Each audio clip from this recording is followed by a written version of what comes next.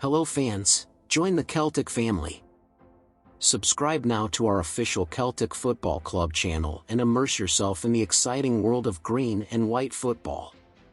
If you are a true Celtic fanatic, don't miss this opportunity. Sign up today and show your love for the Glasgow club. Hail, hail!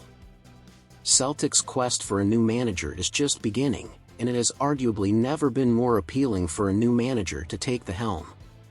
In the past, many managerial appointments at Celtic were made during less lucrative periods. For instance, Jimmy McStay took over from Willie Maley during World War II, and Jimmy McGrory assumed control immediately after the war when Celtic was in a very weak state. In 1965, when Stein took charge, the Celtic job was not an attractive prospect as the club had only won the league once in the previous 27 years. However, Stein worked miracles and achieved historic success both domestically and in Europe. After Stein's departure and the sale of key players like Kenny Dalglish, reaching those lofty European heights became increasingly difficult. Nevertheless, the Celtic job was still desirable for Billy McNeill in 1978 and Davy Hay in 1983. During that time, the old European Cup was still prestigious, guaranteeing automatic qualification for the best club competition on the continent if the league title was won. Scottish football was highly competitive in that era, with teams like Dundee United, Aberdeen, Hearts, Celtic, and Rangers all vying for the title at different times.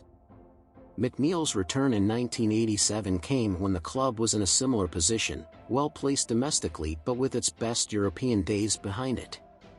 Then came the challenging 90s, with Liam Brady and Lou Macari taking charge of Celtic in a sorry state.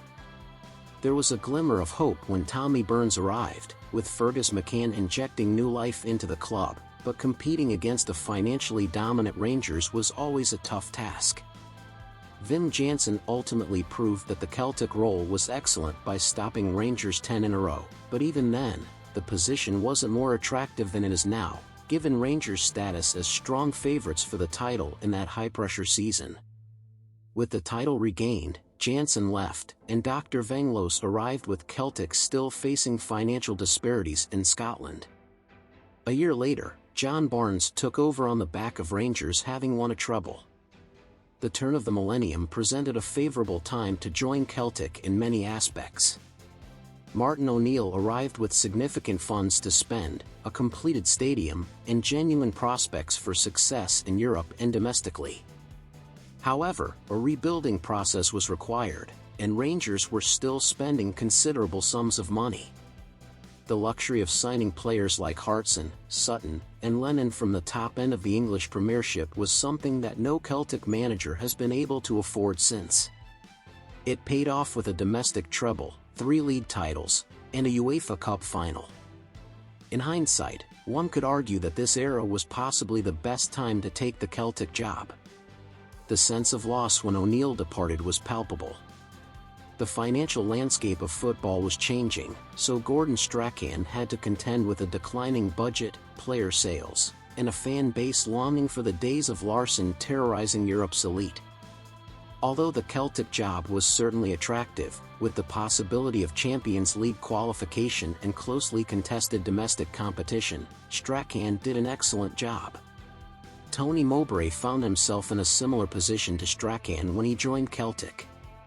A successful manager had resigned, the title had been lost, but the club had enjoyed a few good years and was well positioned to compete in Scotland, with Champions League football still a possibility through qualification.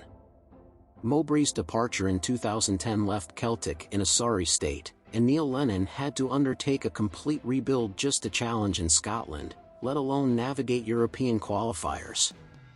Ronnie Deila arrived at Celtic when the club was almost declared champions even before the season began, as Rangers had been liquidated. The league was as uncompetitive as it had ever been for a Celtic manager, and Champions League qualification was challenging due to limited spending in the transfer market. 3 years later, Brendan Rodgers took over Celtic with a new Rangers in the league, incapable of providing a serious title challenge. The club had talented players and a realistic chance of qualifying for the Champions League, making it a good time to be at Parkhead. When Brendan departed mid-season, Lennon returned to a fantastic role.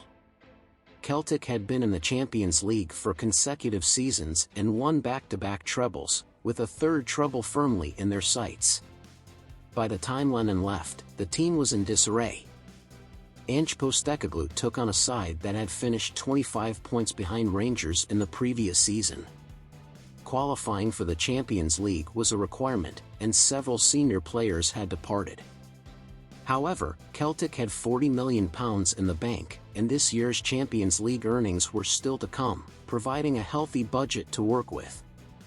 There was a strong squad of players, all tied to long-term contracts, and a decent challenge from the other side of the city in domestic terms, although Celtic had just won a domestic treble.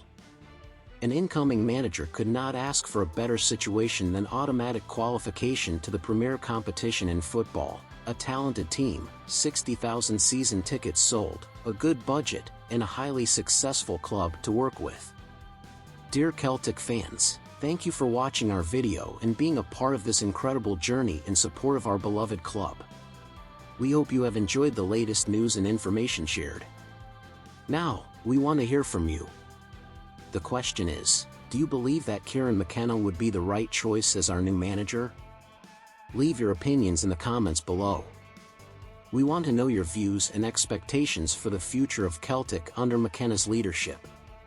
Remember to subscribe to our channel so you don't miss any updates and share this video with other passionate Celtic fans. Together, we can show the power and support of our amazing fan base. Let's show the world why we are the best football supporters. Together, we will celebrate victories, overcome challenges, and write new chapters of success for Celtic Football Club. Hail, hail! United, we are invincible. Let's move forward, Celts.